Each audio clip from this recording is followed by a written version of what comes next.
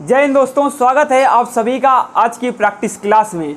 दोस्तों, हमें बताते हुए खुशी हो रही है कि हमने 10 क्लासें पूरी कर ली हैं इतिहास की, और 10 क्लासों में हमने आद्य ऐतिहासिक काल और प्राक ऐतिहासिक काल को पढ़ लिया है। अब इसके बाद हम लोग ऐतिहासिक काल कल से 11वीं क्लास से शुरू करेंगे, जिसमें कि हम वैदिक काल को शुरू करेंगे। फिलहाल वैदिक काल तो हमने पूरा पढ़ा ही नहीं, वैदिक काल को हम लोग शुरू करेंगे, जिसमें कि हमने वेदों के बारे में, उपनिषद, पुराण, महाकाव्य के बारे में चर्चा कर ली है।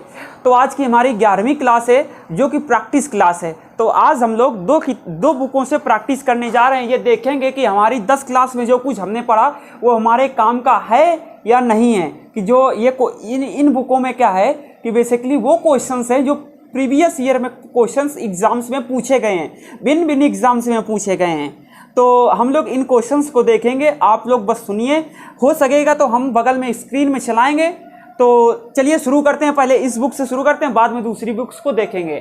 तो ये मेनली आपके एग्जाम्स में बहुत हेल्प करेंगे, ज़्यादा कुछ इंट्रोडक्शन नहीं देना है। तो शुरू करते हैं क्वेश्चंस को। तो हम लोग पहले वैदिक काल के बारे में, वैदिक काल फिलहाल पूरा हुआ नहीं है, लेकिन जितना हुआ है उतने से क्वेश्चंस बन जाएंगे।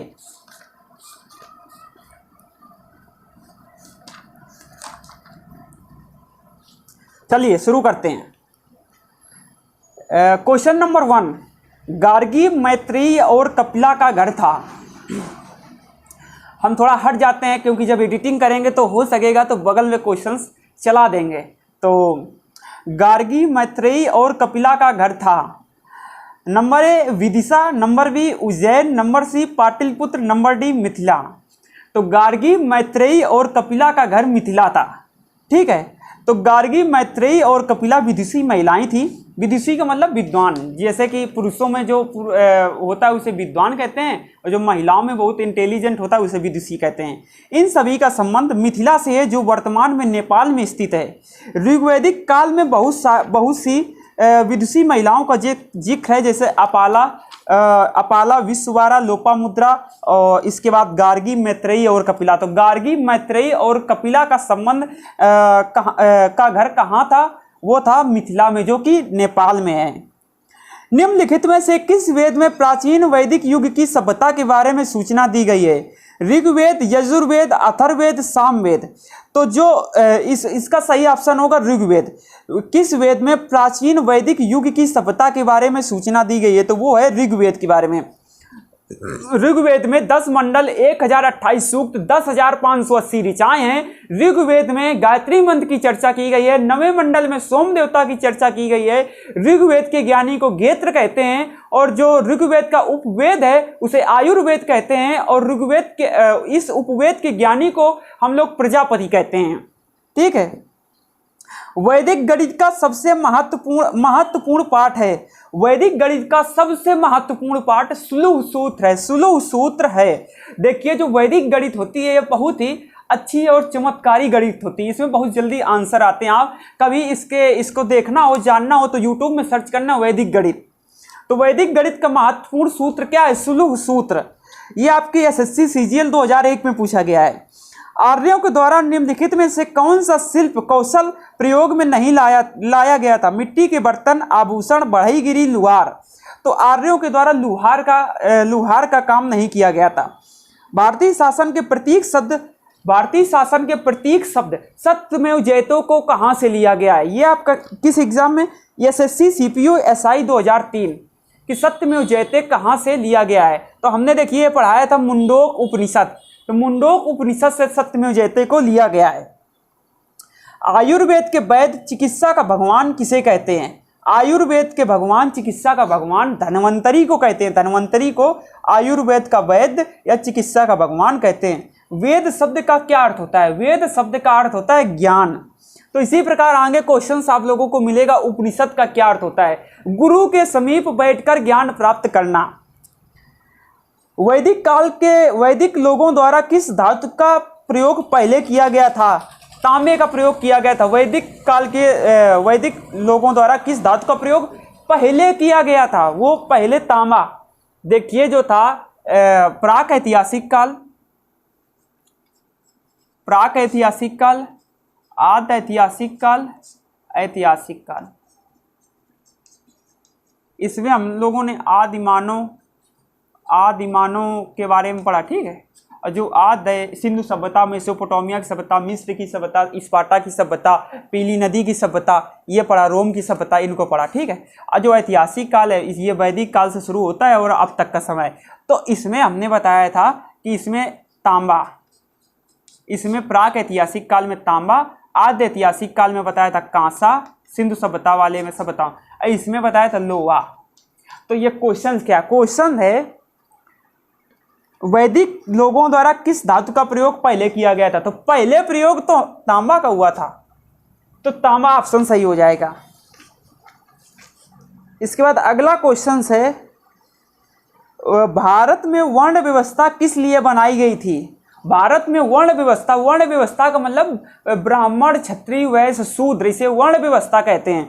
तो ये भारत में क्यों बनाई गई थी? इसका बनाने का उद्देश्य था व्यावसायिक श्रम विभाजन, मतलब जो जैसा काम करता था वैसे उसकी जाति हो जाती थी, ये इसलिए बनाई गई थी। लेकिन अब जन्म के आधार पर है, अगर आप ब्राह्मण धर्म से जन्म लेते हैं तो आप ब्राह्मण कहलाएंगे, लेकिन पहला ऐसे नहीं था। पहले आप अगर ब्राह्मणों जैसा काम करते हैं, पढ़ाते हैं या कर्मकांड करवाते हैं तो आप ब्राह्मण कहलाएंगे। तो पहले जो ये वर्ण व्यवस्था बनाई गई थी वो व्यावसायिक श्रम विभाजन के आधार पर बनाई गई थी। भारतीय संगीत का उद्गम किसमें खोजा जा सकता है? भारतीय संगीत का उद्गम सामवेद में खोजा जा सकता है। कल हमने आपको बताया था कि सामवेद में संगीत की चर्चा है। सामवेद में संगीत के 7 स्वर पाए जाते हैं, सा रे गा मा पा धा नी, और ये 7 स्वर किसमें गाए जाते हैं? यज्ञ के समय गाए जाते हैं। सामवेद के ज्ञानी को उद्गाता कहते हैं। सामवेद का वेद गंधर्व वेद है और इसके ज्ञानी को नारद कहते हैं। क्वेश्चन नंबर 11, इनमें से किस फसल का ज्ञान वैदिक काल के लोगों को नहीं था? जौ, गेहूं, चावल, तंबाकू। तो इसमें तंबाकू का ज्ञान वैदिक काल के लोगों को नहीं था। तो अब बात कर लेते हैं, सबसे पहले खेती कहाँ की गई? सबसे पहली बार खेती जो साक्ष्य मिले हैं वो मिले हैं पाकिस्तान के किरथर पहाड़ियों से। सुलेमान और किरथर पहाड़ियों के बीच खेती के साक्ष्य मिले हैं जो कि खेती थी। क्वेश्चन नंबर 12, वैदिक युग में राजा अपनी जनता से जो कर वसूल करते थे उसे क्या कहते हैं? वैदिक काल में जो राजा थे वो जो जनता से कर लेते थे उसको क्या कहते थे? उसे कहते थे बलि। क्या कहते थे? बलि। जैसे कि जीएसटी अब चलता है, जीएसटी, सीजीएसटी, ये टाइप के सब चलते हैं। वैदिक आर्य का प्रमुख भोजन क्या था? जौ और चावल और दालें, दूध और इसके उत्पाद, सब्जियां और फल। तो वैदिक काल के लोगों का जो प्रमुख भोजन था दूध और उसके उत्पाद। वैदिक काल में गाय को बहुत ही पवित्र जानवर माना गया है। क्रमानुसार निम्नलिखित चरणों में से कौन सा विकल्प सही है? तो मतलब इसमें यह पूछा गया है कि जो आश्रम है तो आश्रम का सही क्रम बताइए। तो आश्रम का सही क्रम होता है ब्रह्मचर्य, गृहस्थ, वानप्रस्थ, संन्यास। ऋग्वैदिक आर्य एक ग्रामीण सभ्यता के निवासी थे, क्योंकि ऋग्वैदिक आर्य एक ग्रामीण सभ्यता के निवासी थे। देखिए, सबसे पहली ग्रामीण सभ्यता मेसोपोटामिया की सभ्यता, सबसे पहली शहरी सभ्यता सिंधु सभ्यता। अब क्वेश्चन में आते हैं, ऋग्वैदिक आर्य एक ग्रामीण सभ्यता की निवासी थी क्योंकि ऋग्वेद में गाय का कई जगह वर्णन है। बहुत सारे युद्ध गाय के लिए लड़े गए। पुरोहित को उपहार के रूप में गाय दी जाती थी। तो इसमें ऑप्शन तीनों सही हैं इसमें, क्योंकि हमने बताया था कि वैदिक काल में गाय को बहुत ही महत्व दिया गया है। आर्य अनार्यों के साथ अपने संघर्षों में सफल रहे, क्योंकि ऑप्शन हम जो सही है वो बताते हैं। आर्य अनार्यों के साथ अपने संघर्षों में सफल रहे क्योंकि उन्होंने घोड़ों द्वारा चलाए जा रहे रथों का प्रयोग किया। जो आर्यों का युद्ध अनार्यों के साथ हुआ तो आर्य इसमें सफल हो गए। वो उनका सफल होने का कारण ये था कि उन्होंने घोड़ों द्वारा चलाए जाने वाले रथों का प्रयोग किया। निम्न में से योग के प्रणेता कौन थे? तो योग के प्रणेता हमारे पतंजलि हैं। निम्न में से कौन चिकित्सक नहीं था? Number 1 Sushruta, number B Charaka, number C Charvaka, number D Dhanvantari. तो इसमें जो चार्वाक है तो ये चिकित्सक नहीं था। सुश्रुत हमारे चिकित्सक हैं, चरक हमारे चिकित्सक हैं और धन्वंतरी भी चिकित्सक हैं। और संस्कृत भाषा का पहला व्याकरणकर्ता कौन था? संस्कृत भाषा का पहला व्याकरणकर्ता महर्षि पाणिनि थे। और इनकी पवित्र पुस्तक, इनकी पुस्तक का नाम है अष्टाध्यायी। अष्टाध्यायी के लेखक महर्षि पाणिनि है और अष्टाध्यायी पुस्तक का संबंध व्याकरण से है, संस्कृत व्याकरण।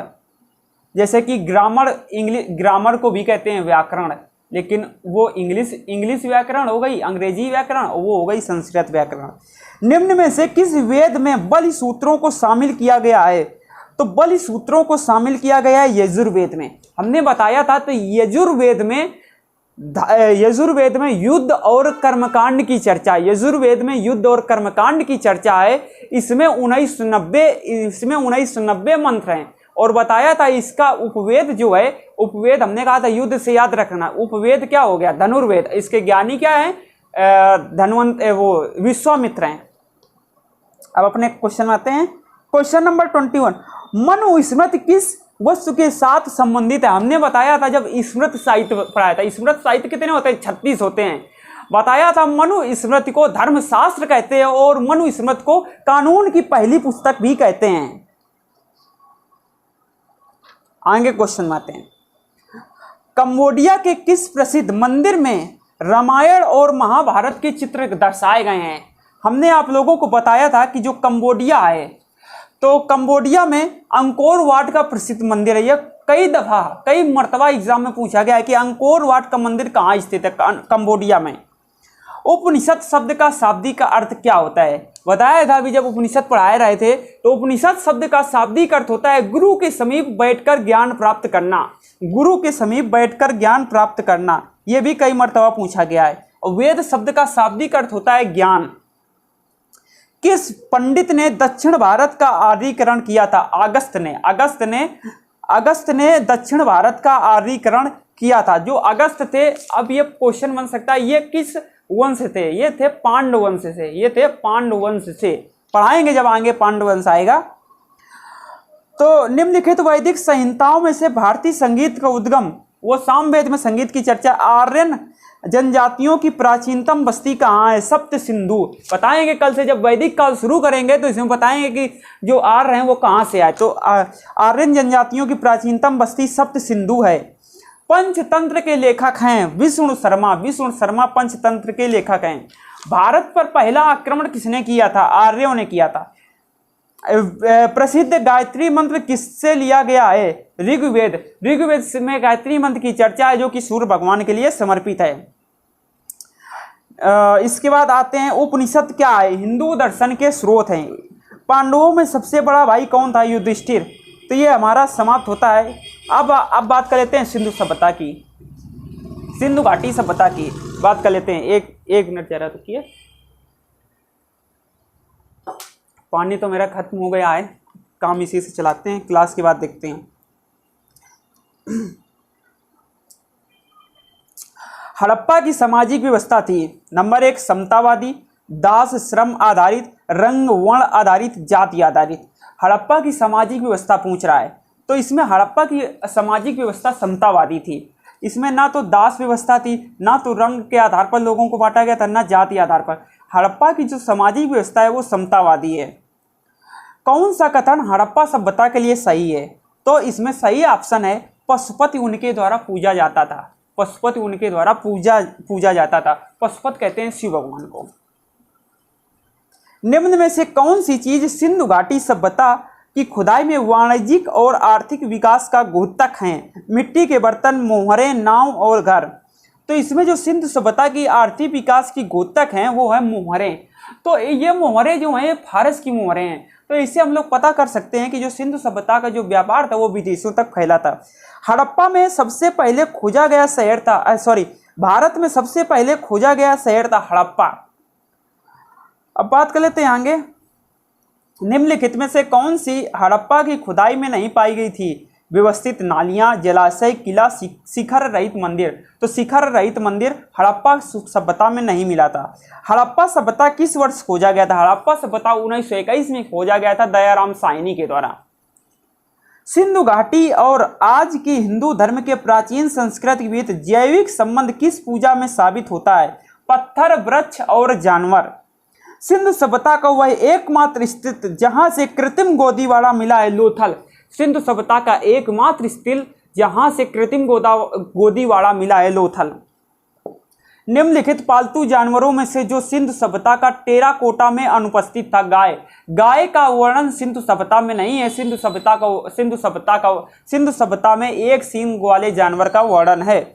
इनमें से कौन सा सिंधु शहर जो बिना किला का था, मतलब जो बिना किला का था, वो था चनहुदड़ो। सिंधु घाटी सभ्यता की विशेषता थी, सिंधु घाटी सभ्यता की विशेषता थी कि यह शहरी सभ्यता थी और यह व्यवस्थित थी। यहाँ की सड़कें जो थी वो चौड़ी थी और जो यहाँ की नालियाँ थी वो ढकी हुई थी। ठीक है। सिंधु घाटी सभ्यता के लोगों का मकान प्रायः बना होता था पक्की ईंटों का, पत्थर का, लकड़ी का, उपर्युक्त सभी। तो सिंधु घाटी सभ्यता के लोगों का मकान पक्की ईंटों का बना था। मानव द्वारा उपयोग किया गया पहला धातु था तांबा। अभी बताया था, जो देखिए तांबा, ये पहली बार तांबा का यूज किया गया। देवी माँ की पूजा संबंधित थी सिंधु घाटी सभ्यता से। सिंधु घाटी सभ्यता की प्रमुख विशेषताएं थी, तो इसमें नगर सभ्यता ऑप्शन में दिया गया, यही सही कर देंगे। मोहनजोदड़ो में सबसे बड़ा भवन कौन सा है? अन्नागार मोहनजोदड़ो का सबसे बड़ा भवन है। निम्नलिखित विद्वानों में से हड़प्पा सभ्यता का सर्वप्रथम खोजकर्ता कौन है? तो हड़प्पा सभ्यता का खोजकर्ता 1921 में दयाराम साहनी है। कालीबंगन स्थित है, कालीबंगा राजस्थान में स्थित है, कालीबंगा राजस्थान में स्थित है, सरस्वती या घग्गर नदी के किनारे।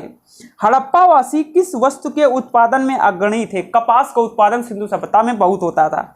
निम्नलिखित में से किस द्रव्य का उपयोग हड़प्पा काल की मुद्राओं के निर्माण के रूप में किया गया था? टेराकोटा मतलब मिट्टी, टेराकोटा मतलब मिट्टी। सिंधु घाटी सभ्यता का विशाल स्नानागार पाया गया था मोहनजोदड़ो में।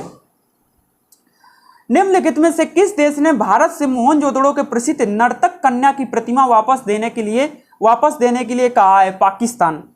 सिंधु अर्थव्यवस्था की ताकत थी कृषि। सबसे प्राचीन सभ्यता का नाम है मेसोपोटामिया की सभ्यता। मेसोपोटामिया की सभ्यता ग्रामीण सभ्यता थी, सिंधु सभ्यता शहरी सभ्यता थी।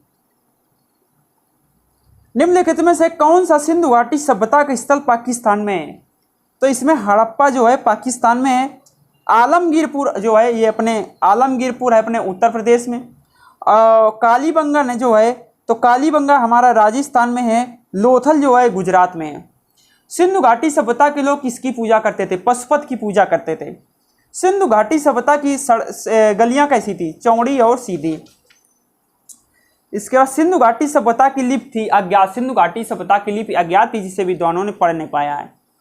इसके बाद देवी माता की पूजा सिंधु घाटी सभ्यता हो गया। तो इसके क्वेश्चन समाप्त हो गए। अब आ जाते हैं दूसरी बुक में।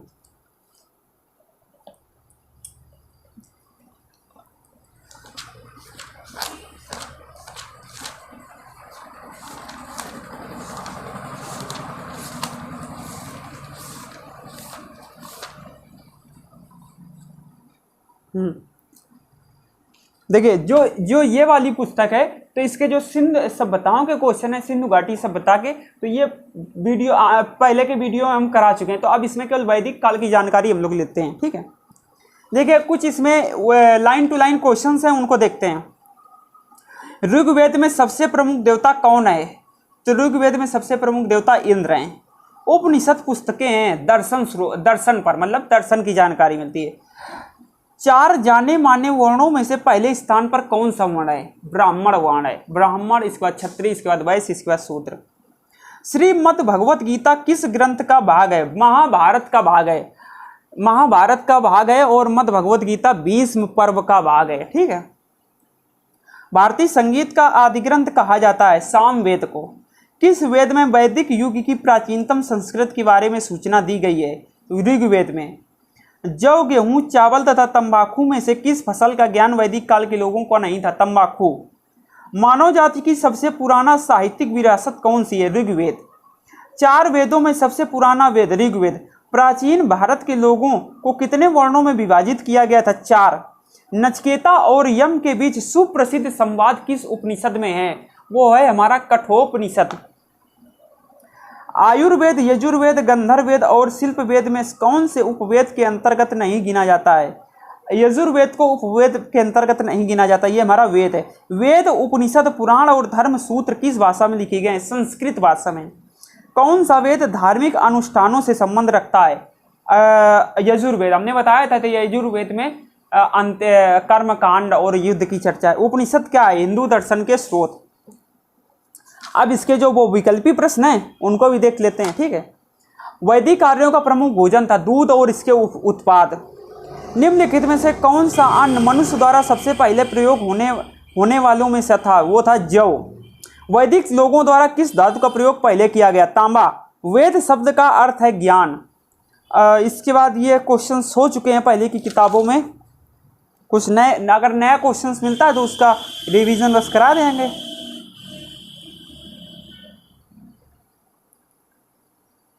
इसमें ज़्यादा क्वेश्चंस नहीं है, 18 क्वेश्चंस है जिसमें कि सभी एक प्राचीन भारत में निम्नलिखित में किस विवाह को भी सम्मत नहीं माना जाता था? गंधर्व विवाह को। गंधर्व विवाह को अनुमति नहीं था प्राचीन भारत में। निम्न में से किस विदुषी ने वाद विवाद में अजेय याज्ञवल्क्य को चुनौती दी थी? गार्गी ने। और भारतीय प्रतीक पर उत्कीर्ण सत्यमेव जयते कहां से लिया गया? मुंडोक उपनिषद से। दोस्तों आई होप आपको ये क्वेश्चन समझ में आ गए होंगे। 10 क्लासें हो गई हैं और 10 क्लासों के जो भी क्वेश्चंस हैं आज हम लोगों ने समाप्त कर लिए हैं। हमें नहीं लगता ऐसा कोई क्वेश्चंस मिला है जो हमने 10 क्लास में ना पढ़ा हो, पिछली 10 क्लासों में। तो कैसा लगा आज का वीडियो कमेंट करके जरूर बताएं, और कोई शिकायत करनी हो या वीडियो के बारे में अपनी राय देनी हो तो कमेंट करके हमें जरूर बताएं। मिलते हैं नेक्स्ट वीडियो में। जय हिंद।